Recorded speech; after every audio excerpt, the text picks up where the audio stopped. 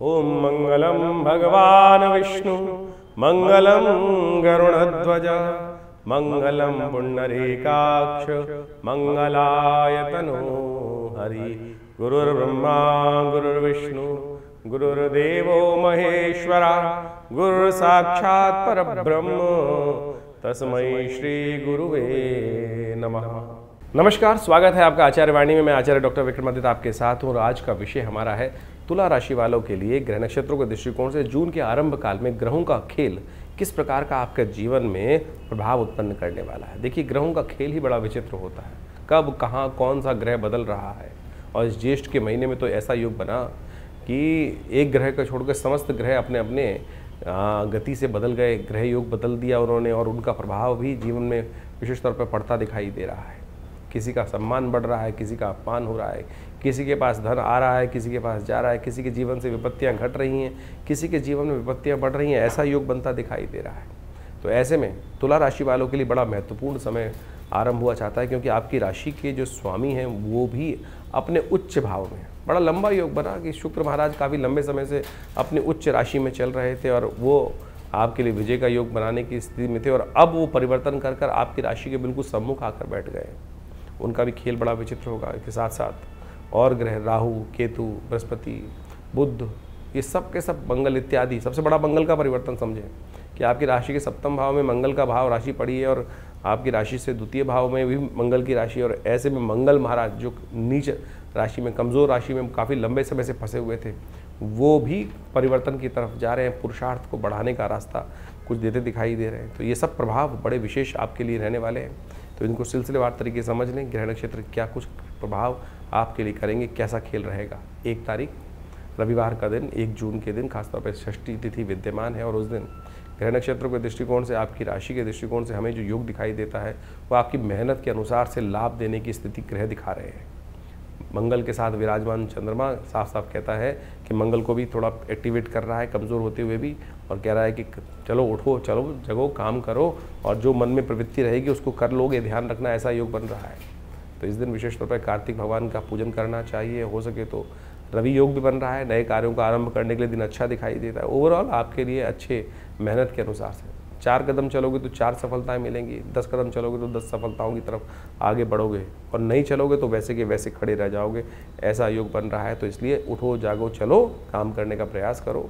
सफलता आपकी राह में बैठी हुई है। 2 तारीख के दिन देख लें ग्रह नक्षत्र योग किस प्रकार से है।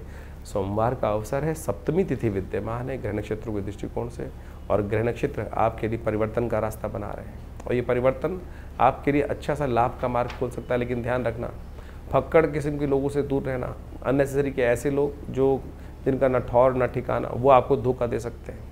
तो जो तटस्थ लोग हैं, जो विश्वसनीय लोग हैं, जो पुराने लोग जमे हुए हैं, उनका सानिध्य लेकर काम करना, उनका साथ लेकर काम करना आपके लिए बहुत ज़रूरी दिखाई देता है। तो ऐसे में इस बात का ध्यान रखें, सुबह सुबह शिव का ध्यान करें, आपके लिए कल्याणकारी योग बनेंगे। एक बात और ध्यान रखना है, 1 और 2 तारीख को अश्लेषा और मघा नक्षत्र का योग है।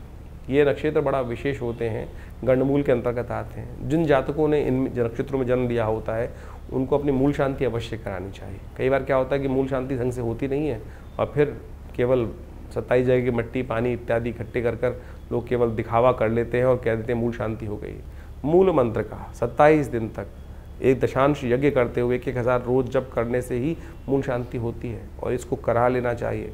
पता नहीं बाल्यकाल में ठीक से हुई कि नहीं हुई, लेकिन जब भी यदि इस नक्षत्र में आपका जन्म हुआ है तो अवश्य करा के शांति करा लेनी चाहिए, नहीं तो कष्ट होने के योग बनते रहते हैं। 3 तारीख की बात कर लेते हैं, 3 जून, और तुला राशि वालों के लिए ग्रह नक्षत्र क्या कह रहे हैं वो समझ लीजिए। मंगलवार का अवसर है, अष्टमी तिथि विद्यमान है, और ग्रह नक्षत्रों के दृष्टिकोण से ओवरऑल ग्रह योग आपके लिए जो बनते दिखाई दे रहे हैं वो कहीं ना कहीं आपकी राशि के दृष्टिकोण से थोड़ा ध्यान रखने की ज़रूरत है। ऐसे में कहीं ना कहीं विचार जो हैं आपको कहीं ना कहीं फंसा सकते हैं। राहु परिवर्तन की तरफ जा चुका है आपकी राशि के दृष्टिकोण से, और चंद्रमा के सम्मुख होकर बैठा हुआ है इस वक्त राहु, और वो कहीं ना कहीं बुद्धि में थोड़ी जड़ता उत्पन्न करता दिखाई दे रहा है। ध्यान रखना। तो ऐसे में बुद्धि को थोड़ा सा कहीं ना कहीं जड़ ना होने देना। तो ऐसे में ये पूरा 18 महीने का समय राहु के दृष्टिकोण से थोड़ा सा, बुद्धि के दृष्टिकोण से थोड़ा अंधकार, यानी सोचने विचारने की शक्ति में थोड़ी कमी आने के योग दिखाई दे रहे हैं। तो ऐसे में अवश्य है कि गुरु का सानिध्य लेने का प्रयास करें। और इस संसार में गुरु केवल जो हैं वो कहा जाता है हनुमान जी, जय जय जय हनुमान गोसाई, कृपा करहु गुरुदेव की नाही। तुलसी बाबा ने कहा ना ये, तो इसका लाभ लेने का आपको प्रयास करना चाहिए। बुढ़वा मंगल का योग चल रहा है, इसका लाभ लेने का आपको प्रयास करें। इसके साथ साथ विशेष तौर पे बुद्ध भी परिवर्तन की तरफ जा रहे हैं। बुद्ध महाराज जो हैं वो मंगल के नक्षत्र में ही प्रवेश, बुद्ध कई दिनों से सूर्य के आघोष में चल रहे हैं, कभी अस्त हो जाते हैं, कभी बुद्ध के साथ सूर्य के साथ फंस जाते हैं, तो ऐसे में कभी वक्री हो जाते हैं। तो बुद्ध भी काफ़ी दिनों से विभिन्न त्रास में चल रहे थे, अब वो भी परिवर्तन की तरफ आगे निकलते दिखाई दे रहे हैं। तो ऐसे थोड़ा सा कोशिश ये करें, हनुमान जी का स्तवन करने का प्रयास करें। बुढ़वा मंगल का अद्भुत योग बताया गया है और बुढ़वा मंगल विशेष तौर पर बहुत महत्वपूर्ण है। ऐसे में ये चौथा बुढ़वा मंगल पड़ रहा है, इसमें हनुमान जी का सुंदर स्तवन करें, कल्याण के योग बनेंगे। लेकिन इस वक्त सबसे बड़ा योग जो बन रहा है वो आप भी समझ लें, चौथा बुढ़वा मंगल योग है। मंगल का ये ज्येष्ठ में जो मंगल पड़ते हैं वो सारे के सारे विशेष मंगल, बड़े मंगल माने जाते हैं। हनुमान जी ने सुंदर रूप से भगवान राम का दर्शन इस ज्येष्ठ के महीने में किया और उन्होंने विशेष तौर पर हनुमान जी की सुंदर आराधना करने का योग बनता है। हमने विवेकानंद योगाश्रम में इन पांचों, इस बार ज्येष्ठ के महीने में 5 बुढ़वा मंगल पड़े, बड़े मंगल, तो हमने उन सब में सुंदर रूप से सुंदरकांड का पाठ रखा है, आप भी उसमें सम्मिलित हो सकते हैं। और साथ साथ आज धूम्रावती जी की जयंती भी है। जब जीवन में कष्ट समाप्त होने के योग बना ही ना रहे हों, ऐसे कई बार योग बन जाते हैं जीवन में कष्ट ठीक हो ही नहीं पा रहे हैं किसी भी कारण से, तो ऐसे में कोशिश ये करें आप विशेष तौर पर ऐसे में भगवती धूम्रावती का ध्यान करने का प्रयास करें। भगवती धूम्रावती 10 महाविद्या के अंतर्गत, महाविद्या का अंतर्गत उनको स्थान दिया गया है और जिस समय में जैसे बगलामुखी इत्यादि भगवती के स्वरूप हैं, ऐसे ही धूम्रावती भगवती समस्त ऐसे कष्टों जिनको, जो सिर से ऊपर पानी जब निकल जाए तब इनके मंत्रों का प्रयोग करना चाहिए और जिससे आपके दुसाध्य कार्य पूर्ण होने की तरफ जा सकें, चाहे मुकदमे के कार्य हों, चाहे वो संसारिक तौर पे कष्टों के कार्य हों। तो ये भगवती के वो स्वरूप हैं, इसमें इनका ध्यान करके पूजन कर लेने से, अनुष्ठान करने से वो समस्त सिद्धांतिक तौर पर कष्ट पूरे होने के योग बनते हैं। तुला राशि में आप सुन लीजिए, तुला राशि वालों के लिए क्या ग्रह नक्षत्रों का, तो तुला राशि वालों आपकी राशि के दृष्टिकोण से आप समझ लीजिए आपके लिए जो ग्रह योग बन रहे हैं वो क्या खेल कर रहे हैं।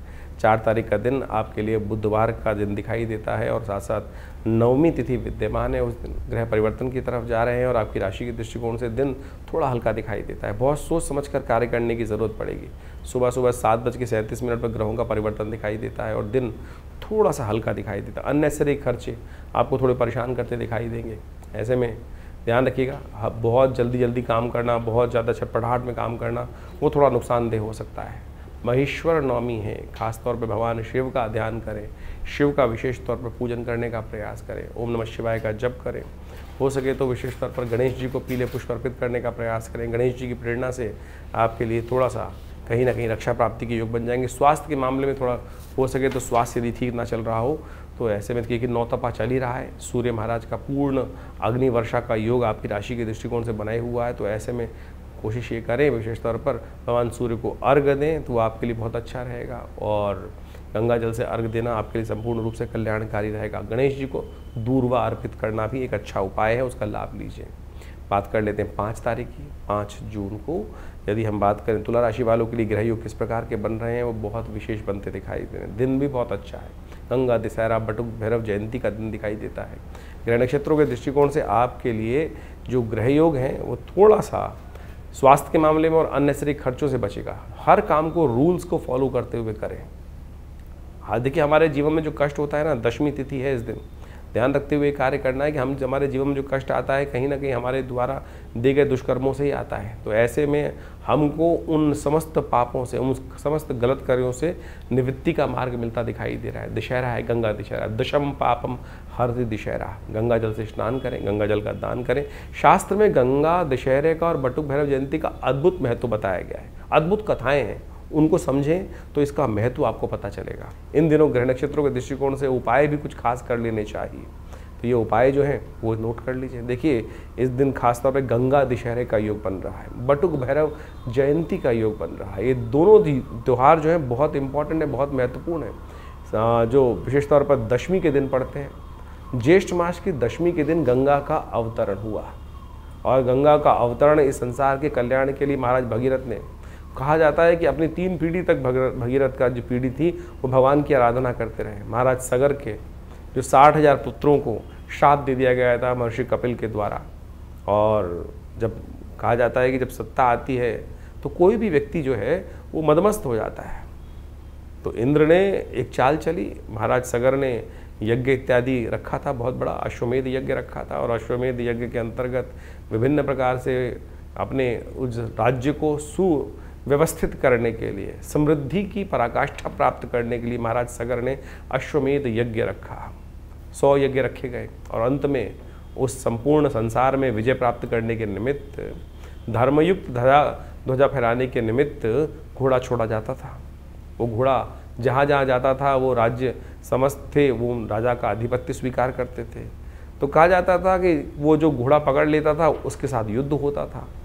तो वो जो घोड़ा था, इंद्र ने क्या किया, उसको चुराकर उस घोड़े को महाराज जहाँ पर कपिल मुनि विश्राम कर रहे थे, कपिल मुनि साधना कर रहे थे, वहाँ ले जाके बांध दिया। महाराज सगर के पुत्र जगह जगह घूमते घूमते वो ढूंढते ढूंढते घोड़े को पहुँचे और महाराज कपिल जहाँ पर साधना रत थे वहीं जाके बांध दिया। जब सत्ता में मदमस्त थे, इतना बड़ा यज्ञ चल रहा था, और महाराज सगर से बड़ा प्रतापी राजा कौन था उस वक्त? उनके पुत्र, 60,000 पुत्र वहाँ पहुँचे। तो उन्होंने महाराज कपिल मुनि को पहचाना नहीं, उपहास कर दिया कि अरे साधना करने बैठ गए हो, वट समान हो गए हो और ये चोरी करने का कार्य करते हो। शांत झील में पत्थर मारने का प्रयास कर रहे थे। कपिल मुनि की साधना किसी प्रकार से टूटी और उन्होंने क्रोधवश उन जैसे ही सगर पुत्रों को, अहंकारी सगर पुत्रों को देखा, उन सबको भस्म कर दिया। उस तप, जो योग तप के बल से वो सब के सब भस्म हो गए वहाँ पर। महाराज सगर को जब ये पता चला तो उन्होंने बहुत प्रयास किया, लेकिन जब जो कार्य हो चुका था, लेकिन अब उनकी मुक्ति का मार्ग ज़रूर चाहिए था। उनकी मुक्ति हो सकती थी गंगा जल से ही, गंगा के पदार्पण से ही। तो उनकी समस्त पीढ़ियाँ लगातार 3 पीढ़ी तक उनकी पीढ़ियाँ माँ भगवती गंगा को प्रसन्न करने का कार्य करती रहीं। और जब माँ गंगा का प्राकट्य भगवान के सुंदर श्री चरणों से निकली हुई, भगवान की जो कहा जाता है कि गंगा की उत्पत्ति कथा भी बड़ी विचित्र है, वो समझ लेनी चाहिए कथा कितनी सुंदर रूप से भाव से शास्त्रों में बताई गई है। वामन अवतार के समय में जब भगवान ने 3 पग में समस्त भूमि को नाप लिया था, तो जब भगवान विष्णु का वो पग जो था वो ब्रह्मलोक पहुंचा था, तो तब ऋषि साक्षात ब्रह्मदेव ने उन चरणों को धोने के बाद अपने कमंडल में जो जल रख लिया था वही गंगा थी, वही गंगा बनी। और जब महाराज भगीरथ ने भगवान को प्रसन्न किया ब्रह्मा को, तो भगवान ब्रह्मा ने उस कमंडल जल से वो जल जो था वहीं से गंगा जी को भगीरथ को दिया। लेकिन समस्या ये थी कि वो वेग जो था वो कौन स्वीकार करता, उस धरा पर जब वेग पड़ता तो पृथ्वी फट जाती। तो भगवान शंकर की साधना करके भगवान शंकर को प्रसन्न किया गया कि भगवान शंकर ने अपनी जटाओं में उस गंगा जी को समाया, और उसके बाद वहाँ से गंगोत्री से निकलकर जैसे जैसे वो आगे चलती हैं, तो ये गंगा के पदार्पण की सुंदर कथा है। कहा जाता है दशम पापम हरति दिशहरा, संसार में जो 10 प्रकार के पाप हो सकते हैं उन सबसे निवृत्ति जो हो सकती है वो केवल एक बार उस गंगा जल में स्नान कर लेने मात्र से ही हो जाती है। तो इस दिन विशेष तौर पे अवश्य माँ गंगा के जल में स्नान करना चाहिए। गंगा जल का दान करने का भी महत्व अद्भुत बताया गया है। तो ये सब चीज़ें अवश्य करने का प्रयास करें, माँ गंगा की सुंदर आरती करें और समस्त पाप नाशिनी गंगा का सुंदर स्तवन करें, कल्याण का मार्ग प्रशस्त होता है। उसके साथ साथ बटुक भैरव जयंती भी है इस दिन। बटुक भैरव जयंती बड़ी एक ऐसा स्वरूप है भगवान शंकर का जो सशरीर उत्पन्न हुए। कहा जाता है कि एक ब्राह्मण थे, ये कथा भी बड़ी सुनने लायक है, इसको समझना चाहिए। और कहा जाता है कि एक ब्राह्मण थे, काशी के अंदर रहते थे, उनको संतान नहीं थी। भगवान से आशीर्वाद प्राप्त करने के कारण से सशरीर, पूरे शरीर के साथ शिवलिंग से प्रकट हुए भगवान बटुक भैरव, और ये 8 साल के बच्चे के स्वरूप में है। इनका मंत्र है ओम ह्रीं बटुकाय आपत उद्धारणाय कुरु कुरु बटुकाय ह्रीं स्वाहा। समस्त आपत्तियों से रक्षा करने वाले, कैसे भी तांत्रिक प्रयोग हो, कैसे भी जीवन के कष्ट हों, कोई भी किसी ने नज़र लगा दी, कुछ लगा दी, तो यदि उन भगवान का और बटुक भैरव जी के इस मंत्र का जप कर लिया जाए, और उनके भी एक विधि है। हमने ऐसे ऐसे अकाट्य प्रयोग देखे कि जब कोई अनेक प्रकार के किसी ने कुछ नेगेटिव प्रयोग कर दिए, कुछ ना कुछ समस्याएं, ब्लैक मैजिक जिसको बोला जाता है, वो सब किसी न किसी व्यक्ति के जीवन में हो गया। तो यदि उसको आटे के मीठे गुलगुलों के द्वारा उनका पूजन करने के बाद उनके हवन को यदि इस मीठे गुलगुलों के द्वारा कर लिया जाए, ओम ह्रीं बटुकाय आपत उद्धारणाय कुरु कुरु बटुकाय ह्रीं स्वाहा, इस मंत्र का उच्चारण करते हुए तो कैसा भी नेगेटिव प्रयोग आपके जीवन में, चाहे फैक्ट्री पे, चाहे दुकान पर, चाहे घर में, चाहे बच्चे पर, चाहे किसी पर भी कई बार हो जाता है। देखिए किसी घर को तोड़ना तो बड़ा आसान है, बुलडोजर लगा दीजिए टूट जाएगा, कुछ ना कुछ और विस्फोट कर दीजिए टूट जाएगा, बनाने में कितना टाइम लगता है। तो यही इसी प्रकार से कैसे भी नेगेटिव प्रयोग यदि कोई कर दे किसी के ऊपर, जैसे नज़र लग गई किसी व्यक्ति की, और नज़र भी किसी विशेष व्यक्ति की जब लगती है तो बने बनाए बड़े बड़े महल भी खराब हो जाते हैं, अच्छा पहला पहलवान व्यक्ति भी खराब हो जाता है। उन सब से आपत्तियों से रक्षा करने वाला ये अद्भुत मंत्र है ओम ह्रीं बटुकाय आपद उद्धारणाय कुरु कुरु बटुकाय। और भगवान बटुक भैरव जी का मनोकामना अष्टक, जो भैरव अष्टक जो है वो भी बड़ा चमत्कारी है, समस्त मनोकामनाओं को पूर्ति करने वाला ये बटुक भैरव अष्टक माना जाता है। तो इनका भी इस दिन स्तवन कर लेने से समस्त प्रकार के मनोरथ सिद्ध होने के योग बनते हैं। तो अवश्य इस जो ज्येष्ठ मास के शुक्ल पक्ष की दशमी होती है, इस दिन गंगा जी का अवतरण और साथ साथ भगवान बटुक भैरव जी की जयंती का शास्त्र में वर्णन किया गया है। तो आप इन दोनों उत्सवों को आनंदपूर्वक मनाएं और सुंदर रूप से अपने कष्टों को दूर करने के लिए इन सब विधियों का सहारा लीजिए। शास्त्र में वर्णित है, हमने हज़ारों लोगों पर इसका प्रयोग करके देखा और बिल्कुल चमत्कारिक है। और इसका एक यंत्र भी बनता है, भैरव जी का यंत्र। जब कैसे भी घर में यदि कई बार क्या होता है कि कई बार नेगेटिव प्रयोगों को बचाने के लिए लोग, आपने देखा होगा कि वो लुटिया लगा देते हैं जीभ पे लटकी हुई बाहर, और नज़र से बचाने के लिए, नज़र दोष से बचने के लिए। लेकिन शास्त्र विधि के अनुसार सबसे श्रेष्ठ रहेगा जो बटुक भैरव यंत्र की स्थापना यदि घर के बाहर, फैक्ट्री के बाहर, दुकान के बाहर या व्यावसायिक स्थल के बाहर या आपके घर के अंदर रख दिया जाए तो क्या होता है, कैसे भी नेगेटिव प्रयोग जो हों, जो भी तांत्रिक प्रयोग हैं, गलत प्रयोग हों, उन सब से रक्षा करने के लिए ये भैरव जी के मंत्र से सिद्ध करा हुआ जो यंत्र है वो अद्भुत रूप से कार्य करता है। तो आपको उसका सानिध्य लेकर रखना चाहिए, वो बहुत सुंदर योग देता है, कष्टों को दूर करने का योग बनाता है। तो तुला राशि वालों, आपकी राशि के दृष्टिकोण से समझ लेना चाहिए कि आपके लिए 6 तारीख के लिए ग्रह नक्षत्र क्या दिखा रहे हैं। 6 जून शुक्रवार का अवसर, एकादशी और शुक्रवार का सुंदर योग है। महालक्ष्मी को प्रसन्न करने के लिए भगवान विष्णु का सुंदर पूजन करने का दिन दिखाई देता है। और ग्रह नक्षत्र के दृष्टिकोण से आपकी कुंडली में शाम को परिवर्तन का योग बन रहा है, इसलिए दिन में थोड़ी छटपटाहट रहेगी, लेकिन शाम आते आते कुछ ना कुछ पॉजिटिव चेंजेस, तब का दिन है। थोड़ा सा भगवान विष्णु का स्तवन करें, पूजन करें, आगे आने वाले 2-3 दिन बहुत लाभ के बनते दिखाई देंगे।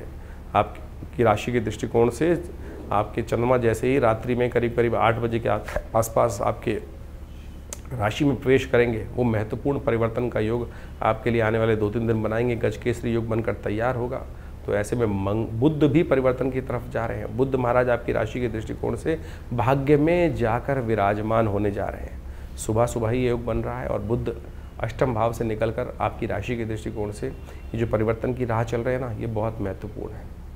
अपनी राशि में बृहस्पति के साथ विराजमान होकर, शुभ ग्रह के साथ विराजमान होकर बहुत सुंदर आपके लिए कहीं ना कहीं भाग्य से जो चीज़ें अटकी हुई पड़ी थी, बृहस्पति अपने आप में बहुत सुंदर है वहाँ पर।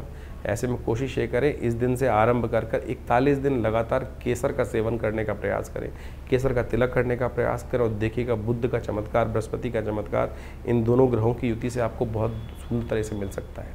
निर्जला एकादशी का सुंदर व्रत आरंभ हो रहा है इस दिन से।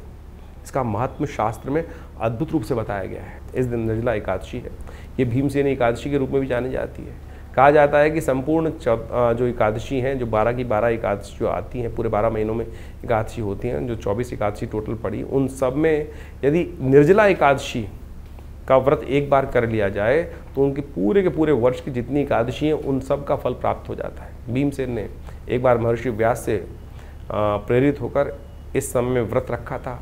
जेठ के महीने में तप रहा हो सूर्य, और ऐसी स्थिति में जब विशेष तौर पर आप समझें कि जो रोहिणी नक्षत्र में सूर्य चल रहे हों और ऐसे में ताप पड़ रहा हो, पूरी तरह से नव तपा का समय चल रहा हो, और ऐसे में जेठ में ये एकादशी पड़ती है, तो ऐसे में पूरी तरह से निर्जल, एक क्षण मात्र, एक जो बिंदु मात्र भी जल अंदर ना जाए, केवल आचमन करने की आज्ञा होती है इतनी कि बस केवल मुंह में जो पानी जो आचमन करने की आज्ञा उतना ही, यदि शौच इत्यादि की बात करना पड़े तो वो ऐसे में केवल पूरा सूर्य उदय से लेकर अगले दिन सूर्योदय तक निर्जल तौर पर रहते हुए, व्रत रखते हुए यदि भगवान का स्तवन करते हुए, भगवान की कथा का पाठ करते हुए, ओम नमो नारायणाय, ओम नमो भगवते वासुदेवाय का स्तवन करते हुए, ये नहीं सोचते हुए कि आज जल नहीं मिला, आज जल नहीं मिला, जल नहीं मिला, ऐसे ही करते करते व्रत नहीं रखना है। भगवान का स्तवन, भगवान की कथा करते हुए कार्य करना चाहिए और उससे आपकी समस्त मनोकामना सिद्धि के योग बन जाते हैं। तो ऐसे में देखिए, लोग पुण्य कमाने के लिए इस दिन जल का दान करते हैं।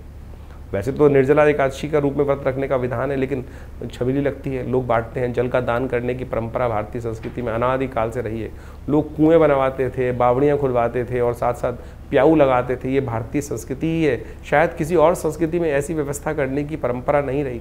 हमारे ही संस्कृति के अंदर जल की व्यवस्था तक का दान करने की परंपरा अनादिकाल से चलती आई है। तो इसका पुण्य लाभ हम सबको लेने का प्रयास करना चाहिए।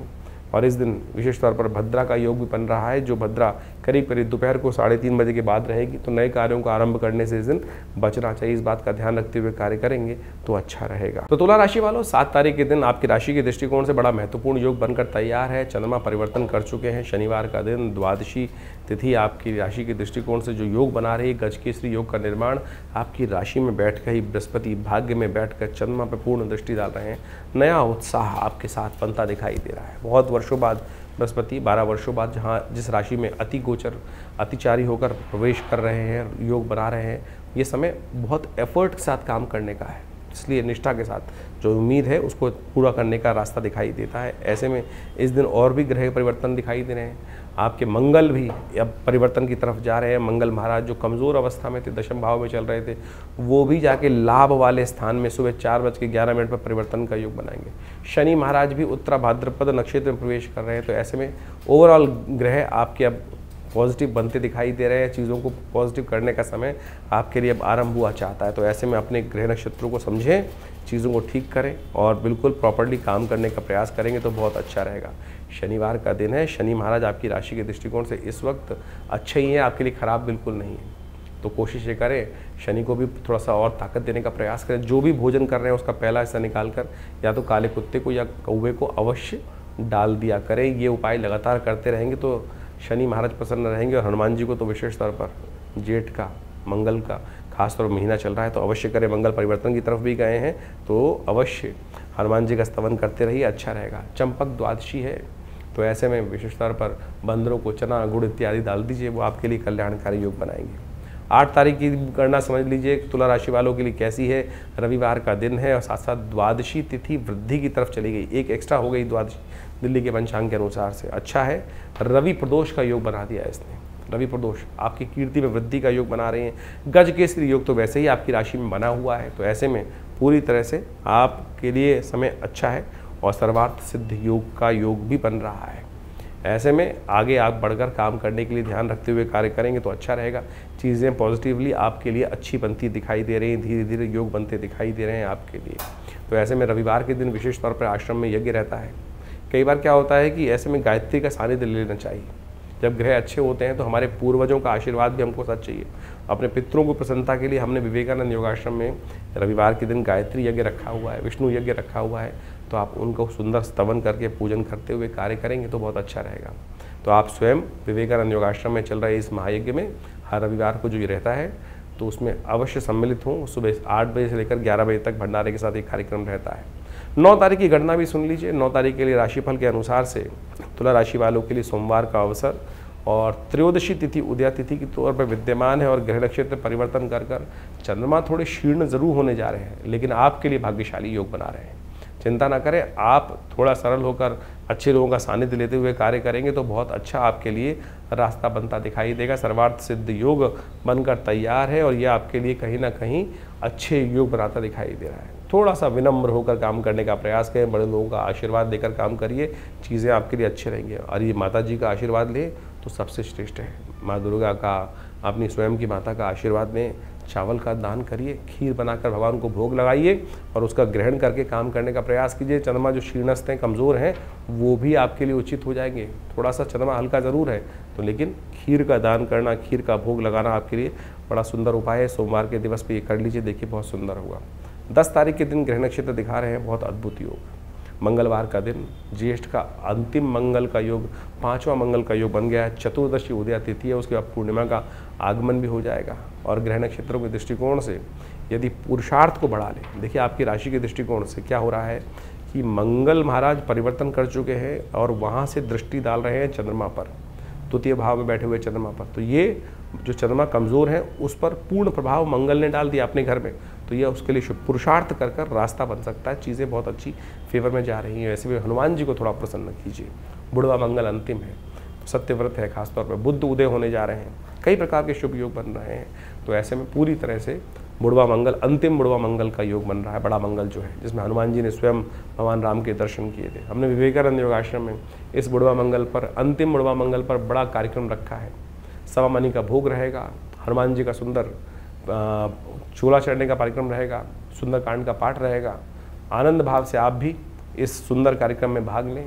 अपने नाम से, यदि दूर से बैठे या नहीं आ पा रहे हैं तो अपने नाम से भी हमारे आश्रम में सिद्ध हनुमान जी की जो प्रतिमा है उनके समक्ष अपना पूजन करने का संकल्प लेकर सुंदरकांड का पाठ कराकर प्रसन्न करने का प्रयास कीजिए। घर में बैठ के पाठ कीजिए, देखिए फिर 1 साल बाद ये योग बनेगा, इसका लाभ अवश्य लीजिए। जेठ के महीने में ये सुंदर योग बनता है, समस्त मनोरथों को सिद्ध करने का योग बनता है। जो ज्योतिष का ग्रह योग आपने अभी समझा, किस प्रकार से ज्येष्ठ के अंतिम भाग में, ज्येष्ठ मास के अंतिम भाग में जो ग्रहों का योगा योग बन रहा है, विभिन्न परिवर्तन के योग बने इस ज्येष्ठ के मास में। यानी अगर ज्योतिष के दृष्टिकोण से आप देखें कि शनि को छोड़कर बाकी समस्त ग्रह अपनी अपनी राशि से परिवर्तन का योग इस ज्येष्ठ के महीने में बना चुके हैं, और इन सब का प्रभाव आपकी जन्मपत्री के अनुसार से आपके जीवन पर गोचर का प्रभाव अवश्य हो रहा होगा। और उस प्रभाव को यदि समझा सकता है, कोई समझ सकता है, तो ज्योतिष की गणना के द्वारा ही समझा जा सकता है। इस समय की चाल को समझना ही सबसे बड़ा महत्वपूर्ण है। देखिए ये वैज्ञानिक युग है, इसके अंदर कुछ भी हम जो भी कार्य करते हैं उसको एनालाइज कर लें, समझ लें क्या कुछ प्रभाव कर रहे हैं, क्या करने से क्या प्रभाव उत्पन्न होगा, उसको अच्छे से एनालाइज किया जा सकता है। आधुनिक विज्ञान ने यही समझाने का प्रयास किया, और ज्योतिष विज्ञान भी आधुनिक विज्ञान के साथ साथ उन दैविक योगों को आपके मत में, आपकी मति में, आपकी बुद्धि में डालने का प्रयास करता आया है कि क्या ग्रहों का प्रभाव किस प्रकार से आगे आने वाले समय में होने वाला है, और उसको समझकर जो बुद्धिमान व्यक्ति उसका लाभ उठाने का प्रयास करते हैं वो जीवन में सफलता को प्राप्त कर लेते हैं। भ्रांति करने वाले, अनेक प्रकार से कटाक्ष करने वाले इस संसार में सदा हैं, सदा रहेंगे ही। कई लोगों की भ्रांति हर क्षेत्र में होती है। वैज्ञानिक तरक्की हो रही है तो क्यों हो रही है, उसका क्या लाभ है, क्यों करनी है, किस प्रकार से करनी है, गाड़ी आई तो क्यों आई, विमान बने तो क्यों बने, दवाइयाँ बनी तो क्यों बनी, किस प्रकार के कटाक्ष लोग करते रहेंगे। जिन्होंने कहा कहना है, कुछ ना कुछ कटाक्ष निकालना है, कुतर्क करना है, वो करते रहेंगे। बुद्धिमान व्यक्ति उन कुतर्कों पे ध्यान नहीं देते और अपनी आगे गति बढ़ाने के लिए जीवन में हर प्रकार से सद्मार्गों पर चलने का यथाउचित भाव से प्रयास करते हैं। ज्योतिष का मत अनादिकाल से भारतीय संस्कृति में रहा है और वो प्रत्यक्ष रूप से बिल्कुल सही है। उसका प्रभाव समझने के लिए बहुत चीज़ों को समझना चाहिए, और ज्योतिष के आचार्यों ने अनादिकाल से इस सुंदर व्यवस्था को, विज्ञान को जिस प्रकार से बनाया है, उसके जो गणित के भाग हैं वो आज भी बिल्कुल जो सटीक गणनाओं के अनुसार से निकलते हैं। सोचें कि अनादिकाल में जिस प्रकार से हमारे ऋषि मुनियों ने केवल गणित के सूत्रों को लगाकर उन व्यवस्थाओं को, आकाशीय मंडल में घटने वाले उस योग को उन गणित की गणनाओं के माध्यम से जो कागजों पे उतारा, वो बिल्कुल आज भी प्रत्यक्ष रूप से 100% सत्य निकलता है। इसको भी आपको आश्चर्य के तौर पे स्वीकार करना चाहिए। तो फिर कैसे विज्ञान नहीं है? तो तथाकथित तौर पर बहुत सारे लोग अनेक प्रकार से आपके मनोमस्तिष्क में विडंबनाएं उत्पन्न करने का प्रयास करेंगे। बुद्धिमान व्यक्ति अपने जीवन को सही राह पर डालने के लिए इस विज्ञान का लाभ लें, और उससे कई बार ऐसी समस्या हो जाती है कि हम कई प्रकार से भ्रांति में फंस जाते हैं। अब ज्योतिष के अंदर एक कारण जानने का रास्ता बचा है कि जीवन में घटना क्यों घट रही है। ज्योतिष के अंदर जो योग है उसको कर्म के द्वारा बदला जा सकता है, कि सैद्धांतिक तौर पे मान लीजिए आपकी जन्मपत्री में कई बार क्या होता है कि किसी कुंडली में बहुत अच्छे योग हैं, किसी कुंडली में बहुत खराब योग हैं, लेकिन फिर भी वो अच्छे योग कार्य नहीं कर रहे हैं, और जो खराब योग हैं उनका प्रभाव जीवन में ना चाहते हुए भी हो रहा है। कारण क्या है? कारण है कर्म, सही दिशा में किया गया कर्म। यदि देखिए आपकी जन्मपत्री जो है वो पूर्व अर्जित कर्मों के अनुसार का कर्मों का लेखा जोखा है। जैसे आपने एक वर्ष में कार्य किया, उसके अंत में एक बैलेंस शीट बनाई, और उस बैलेंस शीट के अनुसार से जो भी आपका लेखा जोखा कार्य किया गया उसका पूरा प्रभाव वहाँ दिखाई दे जाता है। बुद्धिमान सीए जो होंगे, ऑडिटर होंगे, उसको देख के समझ जाएंगे कि इस व्यक्ति ने किस प्रकार का, इस कंपनी ने कैसा कार्य किया है और आगे आने वाले में कंपनी किस प्रकार का कार्य करने के लिए रास्ता अपना सकती है। लेकिन यदि आने वाले समय में उस कंपनी ने, उस व्यक्ति ने कार्य ही नहीं किया, कर्म ही नहीं किया, सोया रहा या नुकसान के सौदे कर लिए, तो फिर क्या उसकी बैलेंस शीट, पूर्व की बैलेंस शीट जो है उसके ऊपर कोई चीज़ें इस प्रकार से दायित्व डाल सकते हैं। तो वही प्रभाव आपकी जन्मपत्री का है कि आपकी जन्मपत्री जो जन्मकालीन समय में बनकर आई है वो पूर्व अर्जित कर्मों का लेखा जोखा लेके आई है। जिस दिन से आपका जन्म हुआ उस दिन से आपके ग्रह योगों के साथ साथ आपका कर्म जुड़ जाता है। आप कर्म किस दिशा में कर रहे हैं, यदि सदकर्म कर रहे हैं तो वो पुण्यों का भाव से आपके शुभ कर्म जो हैं वो आगे आकर आपके जीवन में सुख का पदार्पण कर देंगे।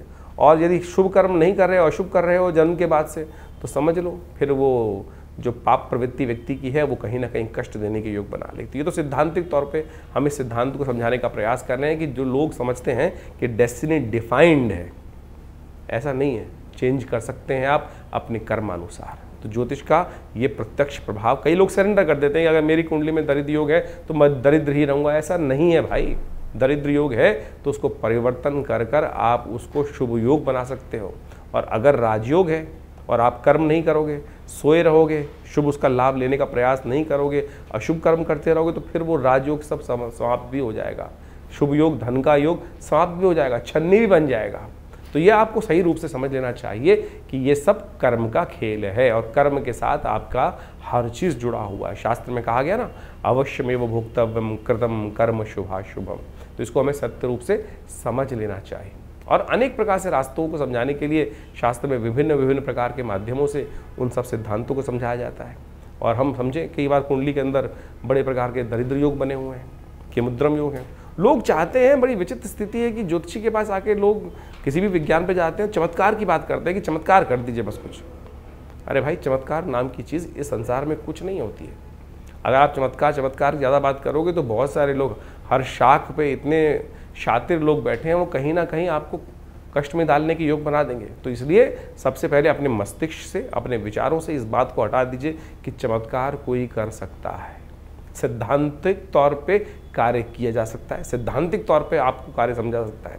हर चीज़ का प्रभाव है, क्या वो नग है, क्या वो मंत्र है, क्या वो दान है, क्या वो पुण्य है, किसी प्रकार से औषधि का उपयोग है, हर चीज़ का कहीं ना कहीं एक वैज्ञानिक विश्लेषण है। सैद्धांतिक तौर पे उसको समझा जा सकता है कि कैसे कार्य किया। अब इस कार्य को समझने में किसी को दिक्कत हो तो वो उसको चमत्कार का नाम दे देता है। तो इसलिए इस बात को सही समझ लें कि चमत्कार नाम की कोई चीज़ होती नहीं है। जिस चीज़ का वैज्ञानिक विश्लेषण हमको समझ में नहीं आ रहा है, प्रोसेस समझ में नहीं आ रहा है, तो हम उसको तथाकथित तौर पे चमत्कार की गणना में ला के खड़े कर देते हैं।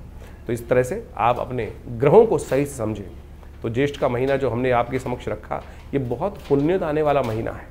इसमें निर्जला एकादशी, इस शास्त्र में कहा गया है कि केवल एक जल का दान, आपके धन के नहीं, जल का दान कहा गया। सोचें, जल तो यथेच्छ मात्रा में अभी तो संसार में व्याप्त है, लोटा भरो और एक जल का दान दे दो, वही सबसे श्रेष्ठ दान कहा गया है।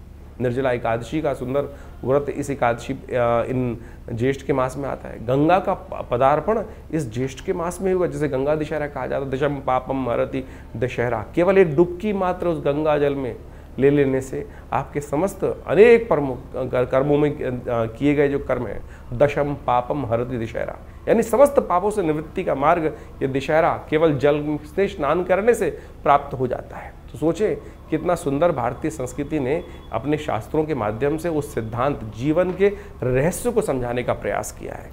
लेकिन हम तथाकथित तौर पर केवल हर चीज़ में विद्वत जनों को गाली देने का काम करते रहते हैं कि नहीं, जो इस प्रकार से हमारे सनातन के लोगों ने, आचार्यों ने कहीं ना कहीं गोरख धंधा बना दिया, ये कर दिया, वो कर दिया।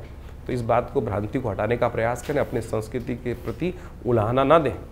हमने संस्कृति के प्रति क्या किया वो समझने का प्रयास करना है हमको, तो वो अच्छा रहेगा। संस्कृति तो बड़ी सुंदर है, परिष्कृत है, सुंदर है, सुनियोजित है, सुसज्जित है।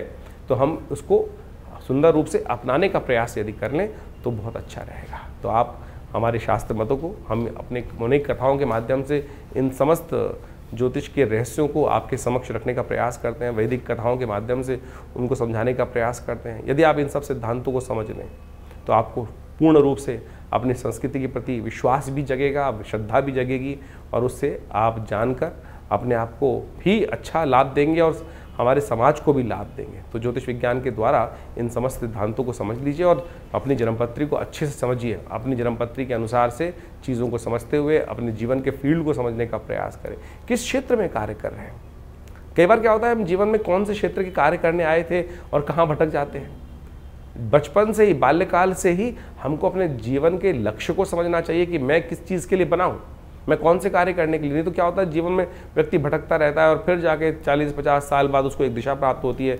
और यदि सही से कोई आचार्य मिल जाए, ज्ञानवान व्यक्ति मिल जाए, तो पहले से बता देगा भाई इस रास्ते पे चल रहे, तो इसके द्वारा सुंदर रूप से रास्ता बन जाएगा और कहाँ प्राप्ति के योग बन जाएंगे। देखिए आचार्य चाणक्य ने किस प्रकार से चंद्रगुप्त को ढूंढा और उसको लगाया, और कहाँ एक गडरी के घर में पैदा हुआ लड़का उस इतने बड़े साम्राज्य का अधिपति बना। तो इसलिए ये ज्योतिष के मत के अनुसार से, आचार्यों के मत के अनुसार से, उनके आशीर्वाद से हमें चलने का प्रयास करना चाहिए। और ये समस्त विज्ञान जो है, भारतीय संस्कृति का विज्ञान अपने आप में बहुत सुंदर है और उसी का प्रतिपादन हम लोगों ने अपने विवेकानंद योगाश्रम में अनेक वर्षों से यहाँ शोध के द्वारा करने का प्रयास किया। हमारे आश्रम के द्वारा सद्गुरु आचार्य श्री केशव देव जी की सानिध्य में रह के बहुत सारे विज्ञानों पर शोध किया गया, योग के ऊपर, मुद्राओं के ऊपर, मंत्र विज्ञान के ऊपर, यज्ञ विज्ञान के ऊपर, और सहस्त्रों किताबें, मतलब करीब 100 के करीब किताबें हमारे संस्थान के द्वारा से प्रकाशित की गई हैं। बहुत सारे अनुसंधान कार्य चलते हैं। तो आप भी विभिन्न समय पर विभिन्न यज्ञों इत्यादि में जो हम आपको सूचना देते रहते हैं और उसके बारे में आप आकर जुड़ सकते हैं। और विभिन्न रूप से आश्रम की जो गतिविधियाँ हैं, अस्पताल है, ये मंदिर है और साथ साथ यज्ञ इत्यादि की जो कर्म है, उनमें सब में जुड़कर लाभ लें। आपके जीवन में कल्याण का मार्ग प्रशस्त होगा। धन्यवाद।